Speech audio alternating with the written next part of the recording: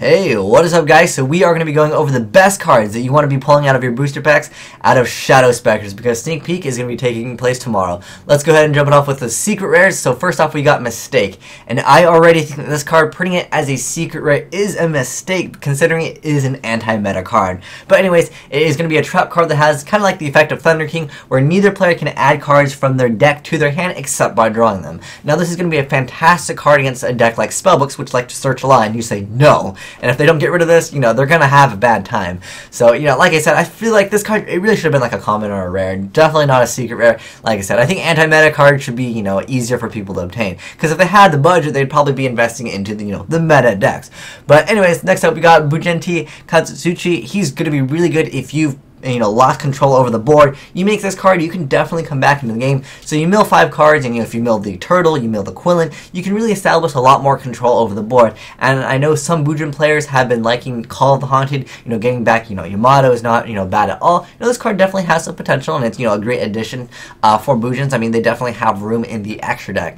Next up, we have some plant support, Melee of the Trees. Now this card, unfortunately, I don't think it's going to, make plants, super good. I mean, we have Crane to make this card a lot easier, but unfortunately I think plants just really need a lot more support in order for them to be viable.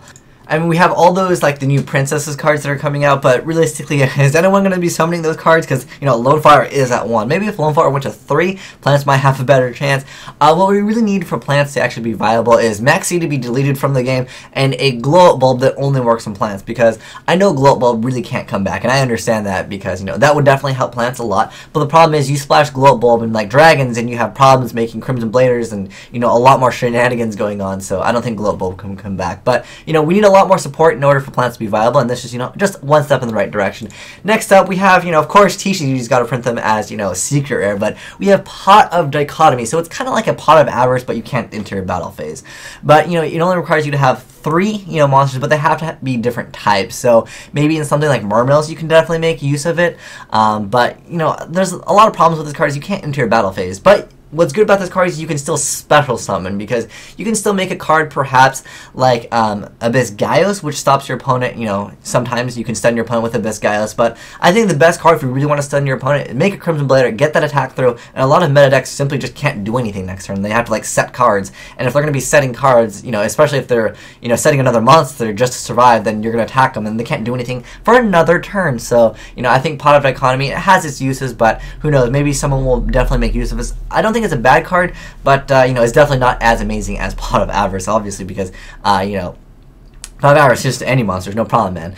Next up, we have Lady of the Lake. Now, Noble Knights are going to be getting really popular, guys, but unfortunately, there's so many cards in the Noble Knights that are secret rare, so that might discourage a lot of players from actually building the deck, because, if you have that kind of budget, you might be interested in playing, another deck. And the problem that I see already with Noble Knights is, against Lightsworn, it kind of has a bad matchup, because, you can't target the monster, and the monster once per turn can't be destroyed, and you're just like, Judgment Dragon doesn't care. He'll just pop the field as many times as, he needs to.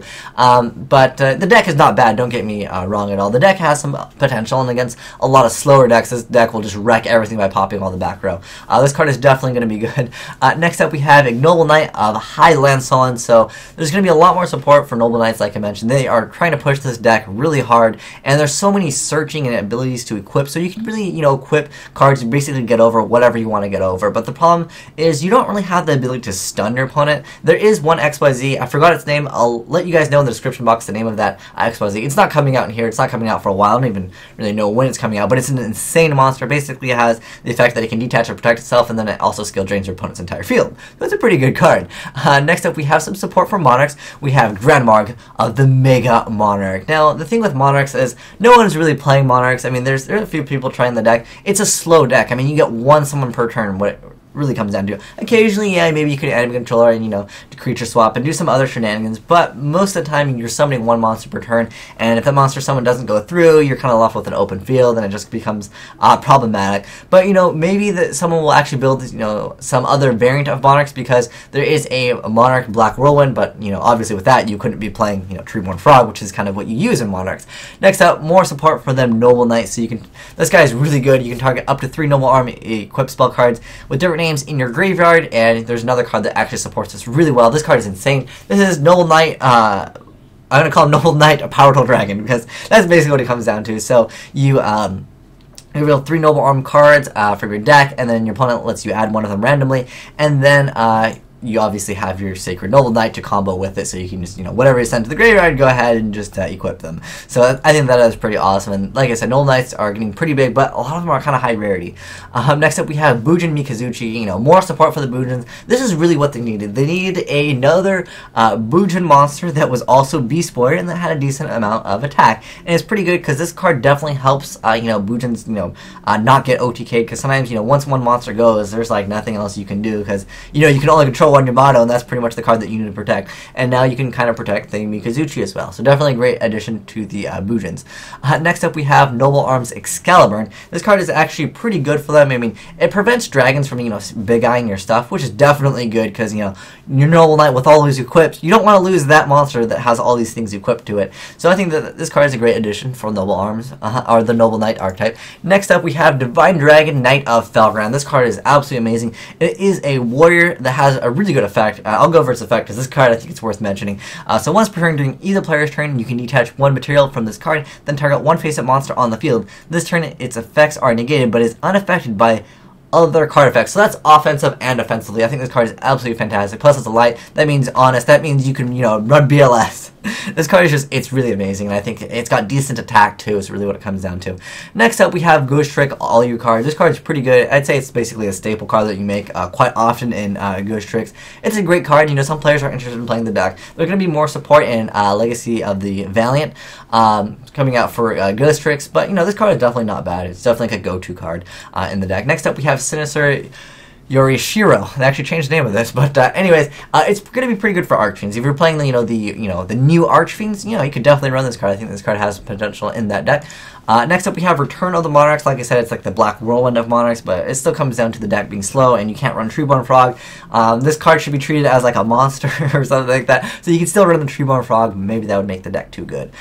Next up we have Shadow Vampire. So, there's some support for vampires, but unfortunately I think the Noble Knights, if you're interested in building, either vampires or Noble Knights. I think Noble Knights is like a newer deck that's going to be a lot better. There's, obviously much more support. Plus the deck, is kind of, expensive, so maybe that'll be a reason for you to jump into vampires. But the way I look at it, if you're looking to build kind of more of a budget deck, Light Sworns are going to be a lot better than vampires, in my personal opinion.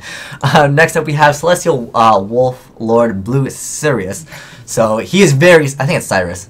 Sirius? I don't know. Anyways, he is a generic level 6 synchro monster, and there's not really anything good in the game right now that's, generic and level 6. I mean, I'd say, there's Gaia, the Force of the Earth, that's the Psymuth, that's, not so bad at all, but when it comes down to it, is we need the Bryanak. Bryanak was the best, and he probably can't come back because, the water would just get out of control with that card. Next up, we have Crimson Knight Vampire Bram. He basically has the effect of Monster Reborn from your opponent's graveyard. Not a bad effect at all. I think he's got, some potential, and he can kind of protect himself. So he's pretty good in that aspect. Next up, we have number 46 Dragleon. I think he's, all the number cards, regardless of how bad they are. There are people that are number hunters, so they like to collect all the number cards. So this card won't be a bad card. I don't think it's like that great of a card. It has the effect of if your opponent has a dragon monster, you can basically take control of it. The way I look at it, though, how dragons are right now, you don't usually make level 8 monsters that don't involve, a synchro beforehand. And if you're going to be making a synchro and they have a dragon on board, I would probably make it Crimson Blader and attack my opponent if we were doing Dragon Mirror match. I mean, if a Crimson Blader attack goes through, usually the Dragon player can't really respond to, anything next turn. They don't really have a move next turn, regardless if they max you or not. Like, they can't really do anything, and you can proceed to win the next turn. Next up, we have Vampire Takeover. Some more support for the vampires, but like I said, I think that there's much better support for the Noble Knights. Next up, we have Labyrinth Dragon. This card will be good for Heretics. There's a lot of different builds that just play this card in the Heretic deck. So, I think this card's, a great addition, and, some people are interested in playing it, but it's not that great of a card in, like, other decks. It's not like a splashable card, but it does have 0 attack, so there are cards where you can special summon cards, have 0 or like under 500 attack or something like that. Next up we have Armored Capper. He's kind of like a more versatile Gachi. I think Gachi is still kind of better, but he has more versatility than Gachi. Next up we have Vampire Hunter. I kind of like this card just because it's from Castlevania. That's where the artwork is from. Konami, they made Castlevania, which what was it? There's one for the Xbox. I forgot the name of it, but it was similar to like God of War. It was actually kind of good, and even though they kind of copied Shadow of Colossus, but still not a bad card at all. I mean, what it comes down to is I was like, okay, well, this card basically gets rid of Ophion, which is pretty good, but, you know, there are other cards that get rid of Ophion. There's XYZ Encore, there's things like Grand Mole, which are more versatile. There's cards like, Exile Forge, which, you know, don't have to attack and stuff like that. So, I don't know if this card was meant just, you know, as, you know, it's cool as artwork. I wish the card was better, because the card looks awesome. But lastly, we have Vampire Sorcerer, which is going to be a really good card if you're playing vampires, because it has the fact that, if this card in your possession is sent to your graveyard by your opponent's card, either by battle or by card effect, you can add one dark vampire monster or one vampire spell slot trap card from your deck to your hand. And it has the other effect that you can banish the card from your graveyard, and you can banish the card from your graveyard one dark once.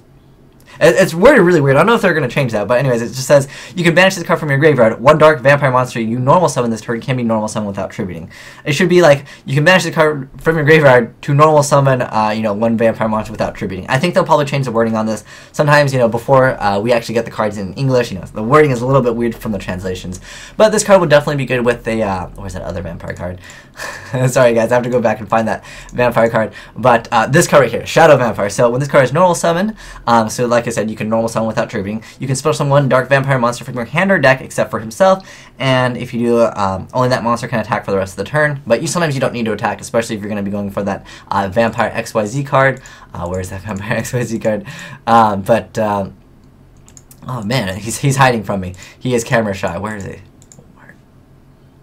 There we go, Crimson Knight Vampire Bram. Sorry it took me a while to find it. Got like 500 tabs open, but yeah, it'll be good with this guy because he also has, you know, kind of some quote-unquote downside. So his effect is you can detach one material from this card, then target one monster and opponent's graveyard special on that target. But if you do, only that monster can attack for the rest of the turn. So, you know, if you're not going for an OTK and you're just going for some setup or some type of control, maybe you can get back there, you know, Thunder King or something like that. That's not bad at all. So what it comes down to, guys, is there's actually a lot of great cards in this set. I think it's not a bad set to invest into if you're interested, simply because, like, almost all the secret rares in this are not bad at all. The only secret rares that I would, you know, myself, I would not be so happy with pulling is probably this card over here. I would not be so excited if I pulled this card. That's pretty much it, though. I think, you know, the rest of the secret rares in this set are not bad. So we got this card, which is not the greatest secret rare, I would say. But who knows? Maybe Monarchs will be huge, guys. I mean, maybe they'll make more support in the future, and the deck will be very, very good.